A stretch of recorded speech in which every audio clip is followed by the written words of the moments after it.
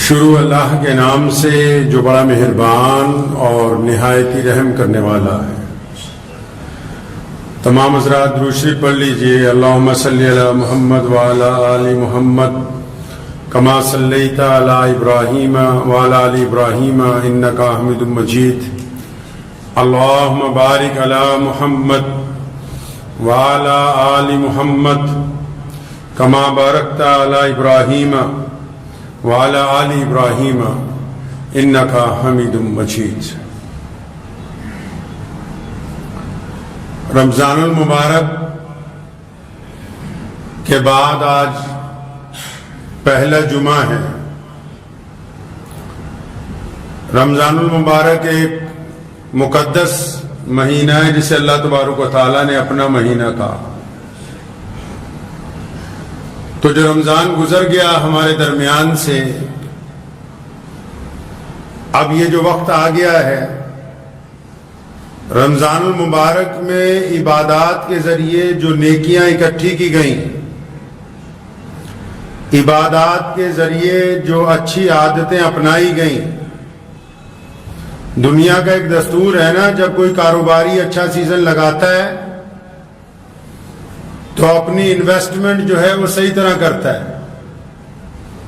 جب کچھ کمائی ہو جاتی ہے تو اس رقم کا وہ سنبھال کے رکھتا ہے، اس کا استعمال اچھی طرح کرتا ہے۔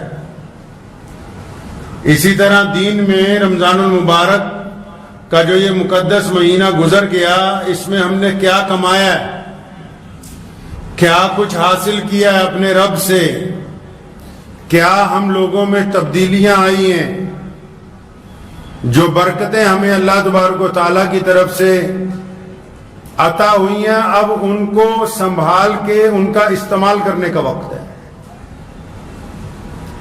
بہت سارے نادان لوگ، جو لوگ صرف سوشل میڈیا پر ہی رہتے ہیں، وہ چٹکلے بنانے لگتے ہیں رمضان کے بعد۔ مسلمان پوری دنیا میں ان لوگوں میں شمار ہوتے ہیں جو بہت ہی اعلیٰ کردار کے لوگ ہیں،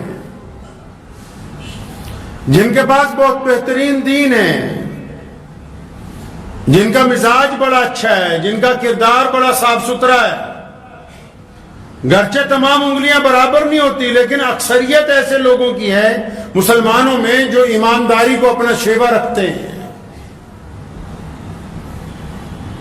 تو بہت سارے لوگوں کو میں نے دیکھا سوشل میڈیا پہ رمضان کے بعد کہ جی رمضان والے مسلمان کہاں چلے گئے، شب برات والے مسلمان کہاں چلے گئے، کہ جی دوسرے دن صبح مسجد میں تھا کوئی نہیں۔ تو جو لوگ ایسے میسج بناتے ہیں، کیا یہ کبھی خود بھی رمضان کے بعد دوسرے دن صبح مسجد تک گئے؟ یہ گئے نہیں، یہ جھوٹ بولتے ہیں، یہ بے ایمان ہیں۔ دنیا میں دو طرح کے لوگ ہوتے ہیں، اور ہمارے نبی علیہ الصلوۃ والسلام نے ان دو طرح کے لوگوں میں سے کن کو پسند فرمایا؟ رسول اللہ کی سنت کیا ہے؟ کسی کی برائی کر دینا کوئی کمال کی بات نہیں ہے، کسی کو تانا دے دینا کوئی کمال کی بات نہیں ہے، کسی گرتے ہوئے کو گرا دینا کوئی کمال کی بات تو نہیں ہے۔ کمال تو یہ ہے کہ گرتوں کو تھام لیا جائے۔ تو جنہوں نے یہ میسج بنائے، کیا وہ بھی کبھی رمضان کے بعد صبح فجر میں مسجد گئے ہیں، جو ان کو پتا ہو کہ کون آیا کون نہیں آیا؟ کیا انہوں نے بھی کبھی پابندی کی ہے؟ نہیں، یہ تو وہ 3 دن 6 دن کی تراویح والے ہیں جنہوں نے رمضان میں بھی نماز نہیں پڑھی۔ اگر انہوں نے رمضان کو پایا ہوتا تو یہ اگر رمضان کے بعد نماز میں آتے تو ان کو پتہ لگتا کہ ان مسجدوں کو اب نئے نمازیوں کی کھیپ مل گئی ہے۔ ان کو پتہ لگتا کہ عید کے بعد یہ جو لوگ گھومنے نکلے گھروں سے، یہ سڑکوں کے کنارے پر روک کے نمازیں پڑھ رہے ہیں۔ ان کو پتہ لگتا کہ جہاں ٹھہرے، جن ہوٹلوں میں، جن ڈھابوں پہ کھانا کھایا، وہاں مصلے بچھا کے نمازیں ادا کی جا رہی ہیں۔ ان کو پتہ لگتا کہ وہ بیوی بچوں کے ساتھ بھی اب اسلام پر کاربند ہے، کیونکہ ان کی سوچ گندی ہے، ان کو صرف گند نظر آتا ہے مکھی کی طرح۔ اگر ان کی سوچ مثبت ہوتی تو ان کو رمضان میں تیار ہوئے اچھے نمازی نظر آ جاتے ہیں۔ اور جو یہ چاہتے ہیں کہ مسجدوں میں رمضان والی رونق شوال میں بھی نظر آئے. یہ شوال ہے، رمضان نہیں ہے. رمضان کی عظمت کو کوئی دوسرا مہینہ پا نہیں سکتا. لیکن یہ کہہ دینا کہ رمضان کا اثر ختم ہو گیا، یہ قوم کی حوصلہ افزائی کو چھوڑ کے اس کو پست کرنے کی بات ہے. مجھے بتاؤ نا کتنے ہزاروں نوجوان ایسے ہیں جنہوں نے رمضان میں نماز شروع کی، اب وہ پابند ہو گئے. اب وہ جو اس ہفتے اپنے محلے میں نہیں ہیں، سیر کرنے کے لیے نکلے، اپنے بھائیوں کے ساتھ بچوں کے ساتھ نکلے، اگر وہ سفر میں نمازیں چھوڑ دیتے تب میں کہتا رمضان کا نقصان ہوا. وہ تو سفر میں اثر میں نماز کی پابندی کر رہے ہیں، تو رمضان کا نقصان نہیں ہوا، رمضان کا فائدہ پہنچا. کیونکہ کئیوں کی سوچ گندی ہے. بہت سارے لوگ ہیں جن کو صرف تقریر ہی کرنی ہے، جو مرضی دل میں آئے کہہ دو.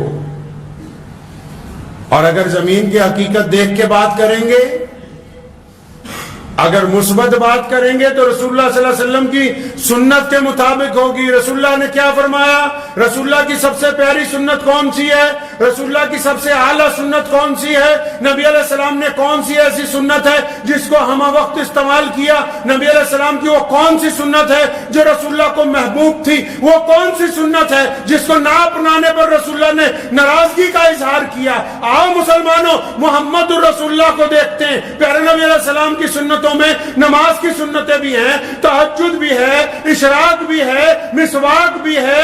رسول اللہ کی سنت میں دسترخوان بھی ہے، رسول اللہ کی سنت میں داڑھی بھی ہے، رسول اللہ کی سنت میں سفید کپڑے پہننا بھی ہے، رسول اللہ کی سنت میں سلام کرنا بھی ہے. لیکن ان تمام سنتوں سے اعلیٰ جو سنت ہے وہ یہ ہے جو آج مسلمانوں کو پتہ ہی نہیں، اور خاص کر ان نٹھلوں کو نہیں پتا جو سوشل میڈیا پہ بیٹھے ہوئے ٹک ٹاک بنا رہے ہیں کہ وہ رسول اللہ کی سنت ہے کون سی. صحابہ آئے رسول اللہ کے پاس، یا رسول اللہ وہ فلاں بندہ ہے نا، ہمیں اس پہ شک ہے. یا رسول اللہ ہمیں اس پہ شک ہے کہ بندہ ٹھیک نہیں. نبی علیہ السلام کو ایک دفعہ کہا، دو دفعہ کہا، تین دفعہ کہا، تو نبی علیہ السلام نے ناراضگی کا اظہار فرمایا اس کا دل چیر کے دیکھا ہے، اس کی چھاتی پھاڑ کے دیکھا ہے. حضرت انس رضی اللہ تعالیٰ عنہ فرماتے ہیں کہ جب میں نے کوشش کی نبی علیہ السلام کو نعوذ باللہ اس حد تک لانے کی کہ وہ کبھی مجھ سے ناراض ہوں اور میرے ایک آدھی چپت پڑ جائے، تو فرمایا ایک دن ناشتہ لینے مہمانوں کا بازار گیا تو میں بہت دیر ہو گئی، میں وہیں بیٹھا رہا قصدن کہ آج نہیں جاؤں گا، اور نبی علیہ السلام کو نعوذ باللہ ناراضگی ہوگی اور وہ میرے آنکھیں ایک آدھی لگا دے تاکہ انس کہے کہ 1,24,000 صحابہ میں صرف انس ایسے ہیں رضی اللہ تعالیٰ عنہ جنہوں نے مار کھائی ہے. فرمایا لیکن جب رسول اللہ بازار میں آئے اور مجھے دیکھا تو مجھے دیکھ کے بڑی تیزی سے میری طرف آئے، اور جب میں تیار ہو گیا نبی علیہ السلام نے پوری طاقت کے ساتھ مجھے اپنی چھاتی سے لگایا، میرے سر پہ ہاتھ پھیرا، کندھوں پہ ہاتھ پھیرا، آنکھوں میں آنسو ہیں. فرمایا انس میرے بیٹے میں تو سمجھا تجھے چوٹ تو نہیں لگ گئی کہیں. آئی نہیں بات سمجھ؟ رسول اللہ کی سنت ہے. انس فرماتے ہیں یہ کریم نبی ہے جو برائی میں سے اچھائی کو باہر نکال لیتے ہیں.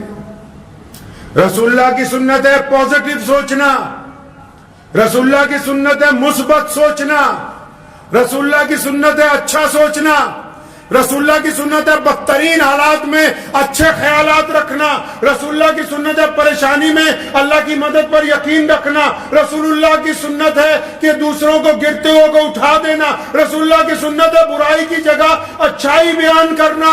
تو یہ کون لوگ ہیں جو کہتے ہیں کہ ہمارے پاس نمازی نہیں رہے؟ کیا ان کو نظر نہیں آ رہا کہ یہ جو لاکھوں مسلمان سفر میں نکلے ہر جگہ کھڑے ہو کے اللہ اکبر کی صداؤں کے ساتھ نماز ادا کر رہے، یہ کون سے نمازی ہے جو تمہیں نظر نہیں آئے؟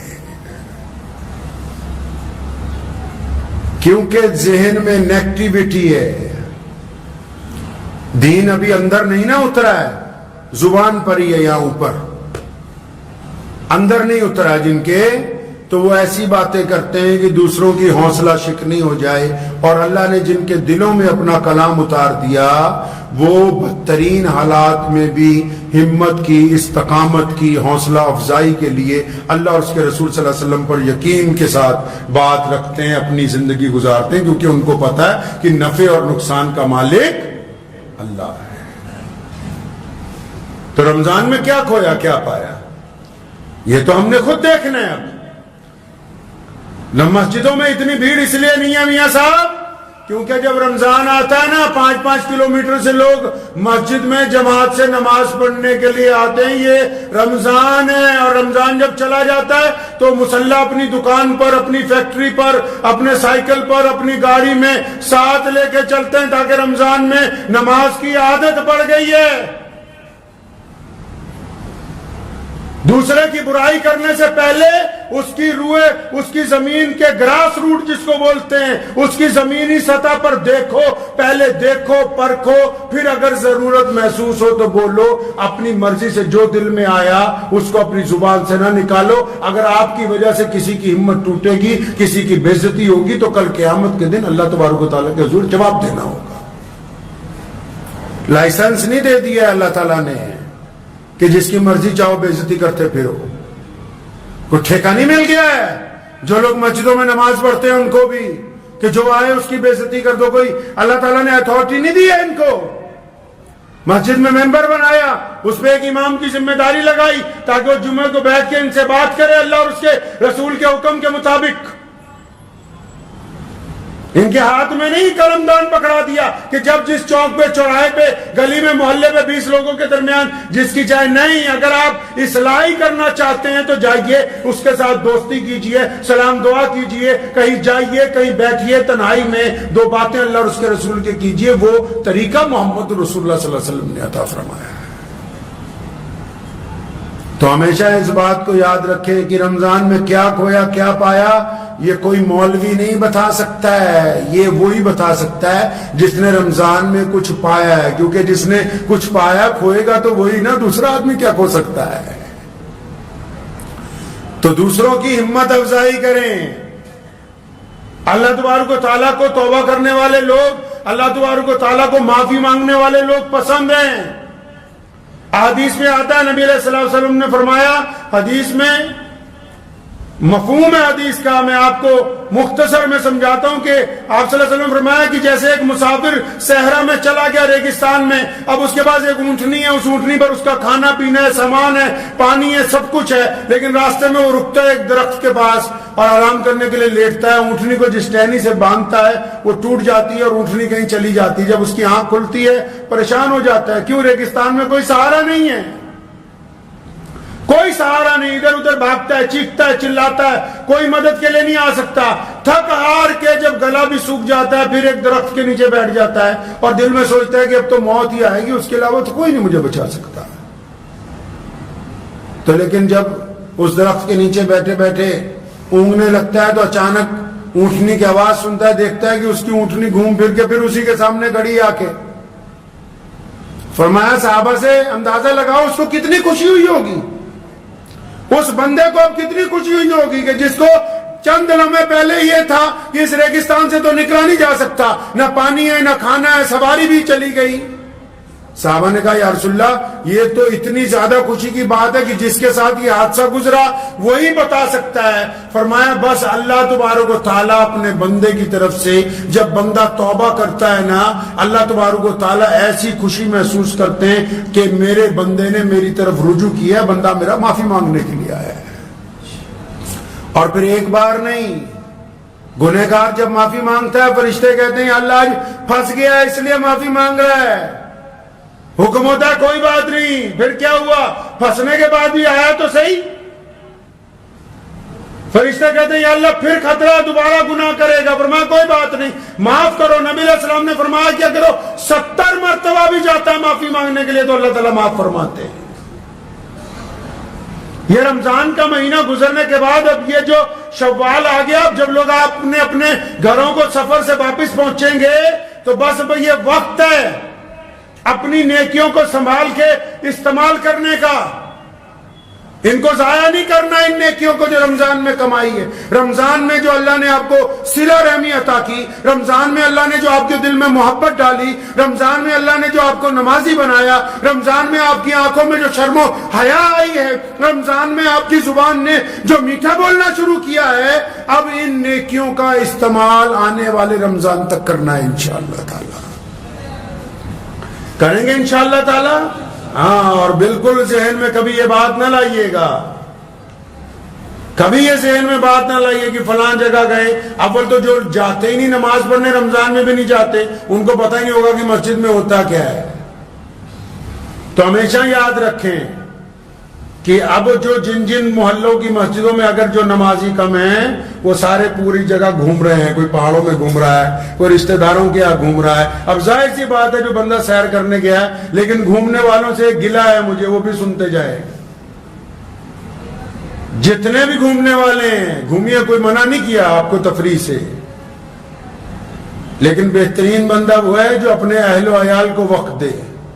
میرے والد صاحب شیخ اسلام مولانا حبیب الرحمان لدھیانوی رحمۃ اللہ علیہ کا قاعدہ تھا, عید کے بعد کہیں جاتے نہیں تھے, اول ہم لوگوں کے ساتھ کہتے تھے یار بچوں کے ساتھ وقت گزارنا ہے, اپنی بیوی کے ساتھ, بچوں کے ساتھ. اور میں دیکھتا ہوں گھومنے والوں کو, پرسوں بھی ایک لوگ آئے میرے پاس 10-15 لوگ, تو نہ ان کی بیویاں ساتھ میں نہ بچے ساتھ میں. ان کا حق نہیں تم پر, ان کا کوئی حق نہیں. جنہوں نے سارے رمضان سحریاں افطاریاں بنا بنا کے تمہیں بھی کھلائیں, تمہارے مہمانوں کو بھی کھلائیں, کوئی حق نہیں ان کا. اللہ کے نبی علیہ السلام جب سفر میں جاتے تھے کوئی نہ کوئی ہماری ماں ام المومنین ساتھ میں ہوتی تھی. سفر تو سفر, جب جنگ پہ بھی جاتے تھے صحابہ کرام رضی اللہ تعالی اجمعین کی ازواج مطہرات جو ہوتی ساتھ میں ہوتی تھی, بس چل پڑے. اس میں بھی تو سنت پتہ ہونی چاہیے کہ رسول اللہ کی کون سی سنت ہے. نبی علیہ السلام کیا چاہتے ہیں؟ حقوق العباد میں پوچھ ہوگی اللہ تبارک و تعالیٰ کی. یہاں اللہ تعالیٰ پوچھیں گے پھر, اور بات یہیں سے شروع ہونی ہے.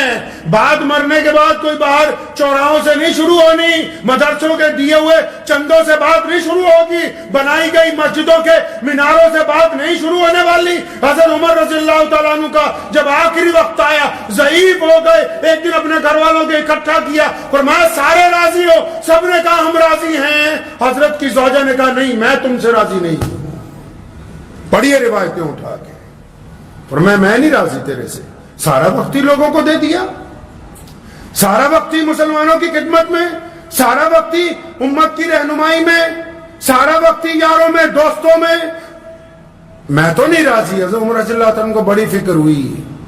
پڑھیں, عبداللہ ابن عمر رضی اللہ تعالیٰ عنہ بھی موجود ہیں وہاں, ان کے صاحب ساتھ.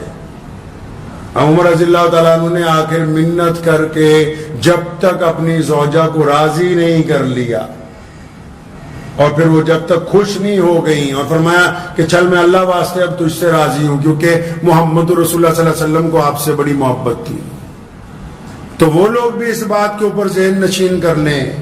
الحمدللہ جائیے, پوری دنیا میں گھومیے, لیکن جن کا آپ پر حق ہے اگر ان کو چھوڑ کے جا رہے ہیں تو اللہ کے نزدیک کل کو یہ بھی پوچھ ہونے والی ہے کہ حقداروں کو حق تو دیا نہیں, خود ہی مزے کرتے رہے دنیا میں. تو دعا کیجئے کہ یہ جو اب شوال شروع ہو گیا ہے, پورے ملک میں مدرسوں میں داخلے بھی شروع ہو گئے, بچے بھی پڑھنے کے لیے جائیں گے, تو کوشش یہ کرنی ہے کہ یہ جو نیکیوں کی گٹھری ہم نے بنا لی ہے نا, یہ جو نیکیوں کی گٹھری ہمارے پاس آ گئی ہے. حدیث میں آتا ہے قیامت والے دن ایک بندہ آئے گا, اس کے پاس اتنی نیکیاں ہوں گی, اتنا بیلنس ہوگا, آپ دنیا کے حساب سے سمجھ لیں, اس کے پاس کروڑوں روپے ہوں گے. نیکیاں بھی ایسے ہی ہیں پیسوں کی طرح. لیکن جب نبی علیہ السلام نے فرمایا جب وہ آئے گا اللہ تعالیٰ کی جو حساب کتاب شروع ہوگا تو مفلس ہو جائے گا. حدیث میں آتا ہے کہ تمہیں پتہ ہے کہ مفلس کون ہوگا بندہ, ایسا بندہ کون ہوگا؟ محتاج. صحابہ نے کہا وہ جس کے پاس درہم دینار نہیں. فرمایا نہیں, قیامت والے دن ایک بندہ آنا اللہ کے حضور جس کے پاس درجنوں حج, جس کے پاس کئی درجن عمرے, جس کے پاس کروڑوں کی زکات, صدقات, خیراتیں, جس کے پاس میاں بیوی کی محبت, بچوں کے حقوق, مسجدوں کی تعمیر, مدرسوں کی مدد, با جماعت نمازیں, تہجدیں, اشراق, سارا کچھ ہوگا.